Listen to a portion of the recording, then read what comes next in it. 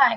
The third app I wanted to talk about was Nearpod. Nearpod is a chance to have students actively engaged in learning and participating as a lesson while limiting their access to what is going on the screen.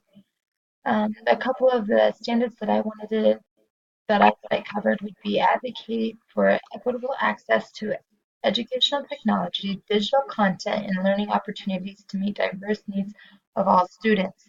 I thought that this standard fit that because they're able to look at technology in a different way, and it helps all students with diverse needs because there's different chances of responses and um, engagement all throughout the lessons. The second standard that I thought it used was to use collaborative tools and expand students' authentic real-world learning experiences by engaging virtually with experts, teams, and students locally and globally. This one, like you could go on virtual field trips to help them see what it's really like elsewhere. Not all of Nearpod is free, but there are chances that it can be free.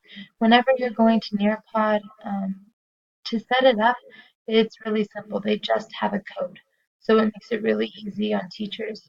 Um, for me, you can create uh, lessons on here by adding slides, deleting slides. You only have so much storage before it runs out of space and you have to upgrade, but um, for what I'm showing you, that's not important. I want to show you what it's capable of. So um, I've also used some of these.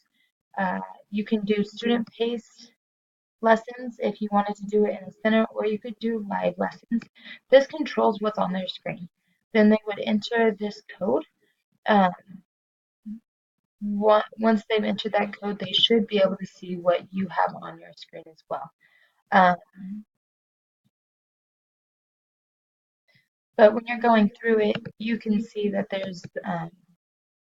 they've already had this prepared of what you need, how long it should take, what you're going to be covering. Um, but some of the cool things that they have are virtual field trips and um, allows you to turn and look at different things that would be in that area. Um, of course, you can imagine like how excited this could make kids as they're going through that. Um, some other cool things that they have on here would be the quizzes. Um, Think, Pair, Share students put on here. You can see what they put, the students can see what they put.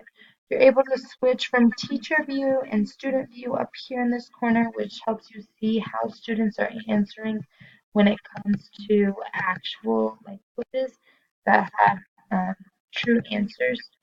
There's ways that you can draw. Um, as well. So it has everything, videos, all the different types.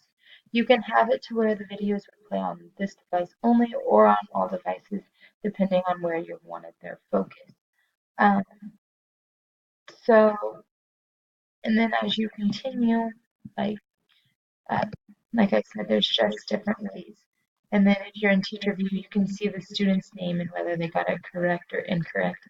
But if you're in student view, it's obviously not going to show you that for confidentiality reasons. Um, so it's just a cool app to help you um, get all the different types of learning and hit all of those students. You can say hide students' names down here, or you can see how many have participated down there, which is also really nice. So.